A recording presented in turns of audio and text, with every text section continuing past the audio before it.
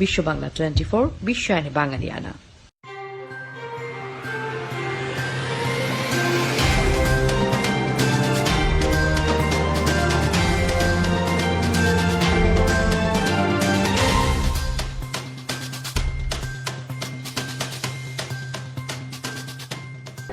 Corona virus সংকটে বন্ধ হওয়া কানাডার শিক্ষা প্রতিষ্ঠান আবারও খুলে দেওয়া হয়েছে।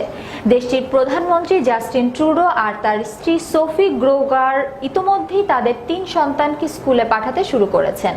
কানাডার প্রধানমন্ত্রী কার্যালয় সিটিভিকে জানিয়েছেন ট্রুডোর 3 সন্তান জেভিয়ার, এলা গ্রেস এবং হেনরিয়েন স্কুলে যেতে শুরু করেছে। এরা সবাই অন্টারিওর পাবলিক স্কুলে পড়ে। সন্তানদের স্কুলে ফেরত পাঠানো হবে কিনা সেই বিষয়টি তাদের গুরুত্বপূর্ণ আলোচনার কেন্দ্রবিন্দুতে ছিল বলে মন্তব্য করল ট্রুডো। আগস্টের মাঝামাঝি সময় এক সংবাদ সম্মেলনে ট্রুডো বলেছিলেন স্কুল ফিরে আসতে হবে কিনা সে সম্পর্কে তার পরিবার অত্যন্ত সক্রিয় আলোচনার মধ্য ছিল। ইতোমধ্যে স্কুলগুলো নিরাপদে পুনরায় খুলতে সহায়তা করতে ফেডারেল সরকার $2 বিলিয়ন তহবিল ঘোষণা করেছেন। অন্যদিকে পুরো কানাডায় এই মুহূর্তে বিপুল সংখ্যক অভিভাবক তাদের সন্তানদের স্কুলে গিয়ে ক্লাস করার চাইতে ঘরে বসে অনলাইনে ক্লাস করার ওপর গুরুত্ব দিচ্ছে।